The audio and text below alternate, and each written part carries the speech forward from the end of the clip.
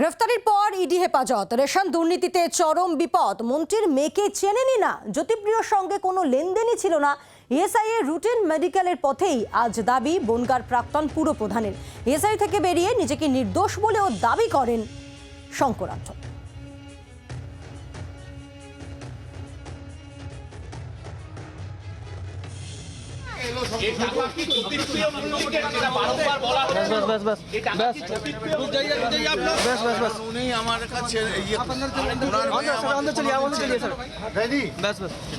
আপনি কি জ্যোতিপ্রিয় মল্লিকের মেয়েকে চিনতেন? আমার টিকিট দিল না কেন? ব্যাস হো গিয়া। জ্যোতিপ্রিয় কিছু বলেছিল? বন্ধ করো।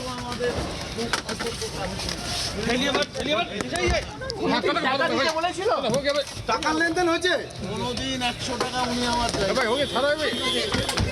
ঠিক আছে।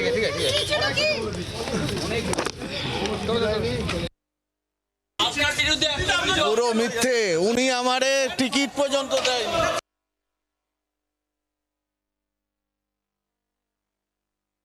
এই হাওয়ালা তো ওর না রে ভাই, হাওয়ালার টাকা তো বড় বড় মাথাদের। আমরা ছোট ছোট চুনোপতিদের দেখছি, আমরা মাছ দেখছি কিন্তু কুমির দেখছি না। আমরা মাছ চলছে দেখছি কিন্তু কুমিরকে দেখছি না আমরা। আর সেই টাকা কোথা দিয়ে কোথায় যাচ্ছে তার খোঁজ করছি না আমরা। এটাকে তো বিদেশে বাজারে খাটছে নাকি?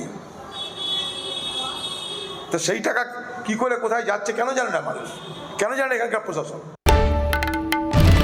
বাংলার আওয়াজ, বাঙালির আবেগ, জি 24 ঘন্টা।